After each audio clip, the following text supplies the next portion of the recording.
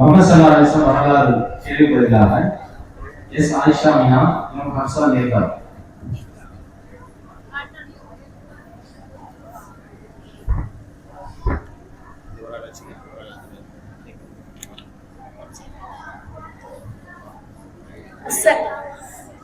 Assalamualaikum warahmatullahi wabarakatuh. Waalaikumsalam warahmatullahi wabarakatuh.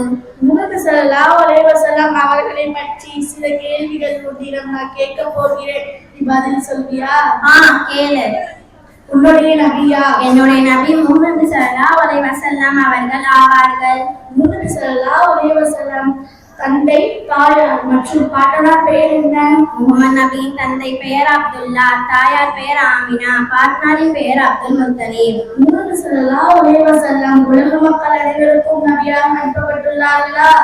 Muhammad நபி அவர்கள் கியாமத் நாள் வரை வரக்கூடிய அனைத்து மக்களுக்கும் நபியாக அனுப்பப்பட்டுள்ளார்கள். முஹம்மது ஸல்லல்லாஹு அலைஹி வஸல்லம் அவர்களுக்கு பிறகு நபிமார்கள் உண்டா? இல்லை, முஹம்மது நபிக்கு பிறகு எந்த நபிமார்களும் கிடையாது. அவர்கள் தான் இறுதியானவர். நாம் உலக மக்கள் அனைவரையும் யாரை நேசிக்க வேண்டும்? நாம் உலக மக்கள் அனைவரை விடவும் முஹம்மது நபி ஸல்லல்லாஹு அலைஹி வஸல்லம் அவர்களை நேசிக்க வேண்டும். நபி அவர்கள் எந்த ஊரில் பிறந்தார்கள்? எந்த ஆண்டில் பிறந்தார்கள்? முஹம்மது நபி அவர்கள் சவுதி அரேபியாவில் உள்ள மக்கா நகரில் யானை ஆண்டில் பிறந்தார்கள். நபி அவர்கள் எத்தனை வயதில் நபியாக அனுப்பப்பட்டுள்ளார்கள்? முஹம்மது நபி அவர்கள் தம்முடைய 40ஆம் வயதில் நபியாக அனுப்பப்பட்டுள்ளார்கள். நபி அவர்கள் எத்தனை ஆண்டு மக்காவில் வாழ்ந்தார்கள்? நபி அவர்கள் 13 வருடங்கள் வாழ்ந்தார்கள்.